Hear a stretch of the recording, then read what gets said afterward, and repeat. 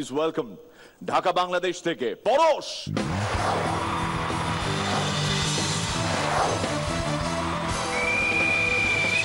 সালাম আলাইকুম মীর ভাই। ব্যান্ডেজ কি অবস্থা? কখন বুঝবেন লোকটা একজন পাক্কা বাঙালি? কখন? যখন নতুন একটা ভাষা শিখতে গিয়া সে প্রথমে জিজ্ঞাসা করবে, দাদা এই ভাষায় কি কি গালিগালাজ আছে? গালি। গিট্টু কাকা দৌড় প্রতিযোগিতা ফার্স্ট হইছে। তো বন্ধুদেরকে নিয়ে রেস্টুরেন্টে খাইতে গেল।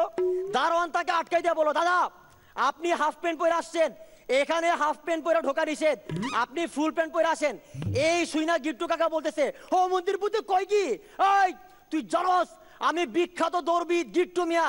তাইলে তো ভালোই হইলো, এক দৌড়ে বাড়ি থেকে প্যান্টটা পরে আসেন। সেদিন এক লোক মাথায় একটা মুরগি নিয়ে ডাক্তারের কাছে গেল। তো ডাক্তার দেখে বলো, কি ব্যাপার দাদা কি হয়েছে? এই শুইনা মুরগিটা বললো, কি জানি দাদা আজকে 2 দিন ধরে নিজের খুব লম্বা লম্বা লাগতেছে। আমাদের বয়সী মেয়েদের কোনো কিছু পছন্দ না হইলে তারা যে কমন টার্মগুলো বেশি ইউজ করে, ও ইস, মিন, চিট, ইয়াক। আর ছেলেরা দূর হো মন্দির পো। সেদিন গিট্টু কাকা হাতে একটা বোম নিয়ে চিড়িয়াখানায় গেল। তো গিয়া বলতেছে, ওই 3 মিনিটের মধ্যে সবাই চিড়িয়াখানা থেকে পালাই যা, নাইলে 3 মিনিট পর এই বোম ফাইটা সবাই মারা যাবি। এই শুইনা কচ্ছপটা বলতেছে, দূর হো মন্দির পো, সরাসরি বল যে তুই আমারে মারতে আইছস। সকল ছাত্রদের উদ্দেশ্যে 5টা উপদেশ। 1, কখনো বাবা মার সাথে মিথ্যা কথা বলবে না। 2, কখনো মদ খাবে না। 3, কখনো স্কুল বা কলেজ ফাঁকি দিবে না। 4, কখনো অন্যের গার্লফ্রেন্ড বা স্ত্রীর দিকে কুনজরে তাকাবে না। আর 5, আগের গুলো ফলো করলেই জীবন শেষ। 6 নম্বর, কখনো শিলাজিৎদার সঙ্গে গাড়িতে ট্রাভেল করবে না। মা যদি বাবাকে ডাক দিয়া বলে, শোনো 2 মিনিট কথা আছে, এর মানে কি? নিশ্চয়ই মা বাবার কাছ থেকে টাকা আদায় করবে। বাবা যদি দিদিকে ডাক দিয়া বলে, শোন 2 মিনিট কথা আছে, এর মানে কি? নিশ্চয়ই দিদি লুকায় লুকায় প্রেম করতেছিল, বাবা দেখে ফেলছে।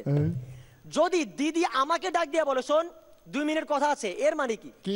নিশ্চয়ই আমি বাড়িতে মদ খেয়ে ঢুকছি, দিদি আমাকে দেখে ফেলছে। আমি যদি কাজের বুয়াকে ডাক দিয়ে বলে, শোনো 2 মিনিট কথা আছে, এর মানে নিশ্চয়ই আমরা দুজন ছাড়া বাড়িতে আর কেউ নাই।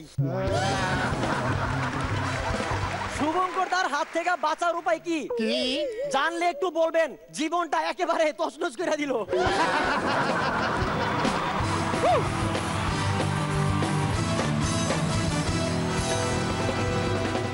সবার আগে শিলুদাই বলুক কেমন লাগলো পরশ ঢাকা বাংলাদেশ। Multi talented. হ্যাঁ হ্যাঁ নিশ্চয়ই নিশ্চয়ই ভালো করছো, আর ভালো করতে হবে। পরান্দা জমে গেছে, কিন্তু তুমি এর চেয়ে ভালো পারফরমেন্স দিয়েছো আগে, সুতরাং জানো এক্সপেকটেশনটা কোথায়। So ready for do that. Srilekha না, আমার ভালো লেগেছে, দিব্য লেগেছে, বেশ অ্যাসেন্ডিং অর্ডারে হয়েছে, মানে আস্তে আস্তে বিষয়টা একদম একটা ক্লাইম্যাক্সে পৌঁছেছে এবং শুভঙ্করটা 6-এর কি আবার। রনিদা হ্যাঁ, ওই একই কথা বলতে চাই, মাল্টি ট্যালেন্টেড এবং তুমি গুরু ভালো, এইগুলো ছাড়া তোমায় বলার কিছু নেই, কারণ আমি তোমাকে একজন সম্ভাব্য ফাইনালিস্ট হিসেবে দেখি, তুমি শুরু থেকে আমার ফেভারিট। চলো, all the best. Thank you.